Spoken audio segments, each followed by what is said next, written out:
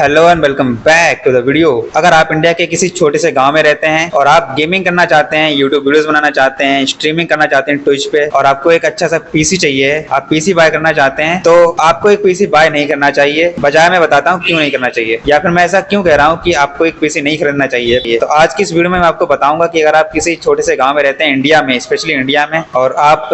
एक gaming enthusiast हैं, आपको कुछ वीडियोस बनाना अच्छा लगता है, स्ट्रीमिंग करना अच्छा लगता है या करना चाहते हैं, तो आपको किस टाइप का पीसी खरीदना चाहिए। पीसी खरीदने से पहले आपको किन किन बातों का ध्यान रखना चाहिए, क्या क्या चीजें हैं जो आपको इंश्योर करनी है एक अच्छा पीसी खरीदने से पहले, ये सारी की सारी चीजें मैं आपको इस वीडियो में बताऊंगा। और अपना खुद का एक्सपीरियंस भी बताऊंगा कि मैंने जो पीसी खरीदा है, क्योंकि मैं भी इंडिया के किसी छोटे से गाँव में तो नहीं लेकिन छोटे से कस्बे में रहता हूँ, एंड उस पीसी को खरीदने के बाद जो भी मुझे दिक्कतें झेलनी पड़ी हैं, जो मैंने प्रॉब्लम्स को फेस किया है, उन सारी प्रॉब्लम्स के बारे में आपको इस वीडियो में बताऊंगा, जिससे कि आपको प्रॉपर इन्फॉर्मेशन मिल जाए कि आपको कौन सी गलती नहीं करनी है एक पीसी खरीदने से पहले।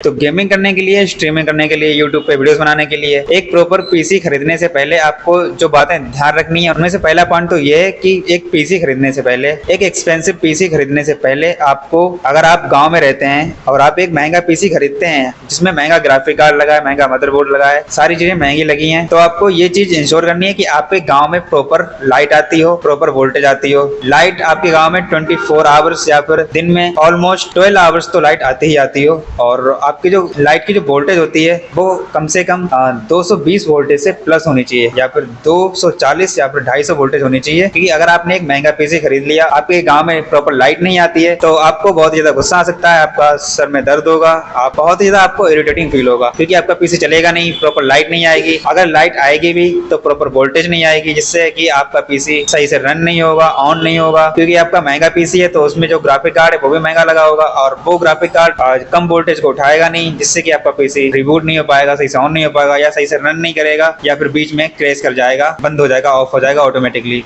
तो ये सारी की सारी प्रॉब्लम्स आती हैं जब आप किसी छोटे से गांव में रह रहे हो और आपने एक महंगा पीसी खरीद लिया हो, आप उस पर वीडियो बना रहे हो, गेमिंग बना रहे हो, आप उस पर वीडियो बना रहे हो, गेमिंग कर रहे हो या फिर स्ट्रीमिंग कर रहे हो, तो ये सारी सारी प्रॉब्लम्स आती हैं। तो आपको इस चीज को ध्यान में रखना है, आपको एक प्रॉपर बजट फ्रेंडली पीसी खरीदना है। जैसे कि मान लीजिए आपके गाँव में कम लाइट आती है या फिर कम वोल्टेज आती है, तो उस हिसाब से आपको अपना पीसी डिजाइन करवाना है, उसमें बजट फ्रेंडली कंपोनेंट्स लगवाने हैं, जिससे कि आपका पीसी लगातार रन हो पाए, और लाइट चली भी जाए तब भी वो सही से रिबूट हो जाए, और अगर वोल्टेज भी कम आए तब भी वो लगातार चलता रहे बिना किसी लैगिंग प्रॉब्लम के। ये तो पहला रीजन हो गया। अब दूसरा रीजन ये है कि जब भी आप पीसी खरीदते हैं और वीडियोस बनाते हैं, तो आपको इंश्योर करना है आपके पास एक खुद का पर्सनल स्पेस होना चाहिए, खुद का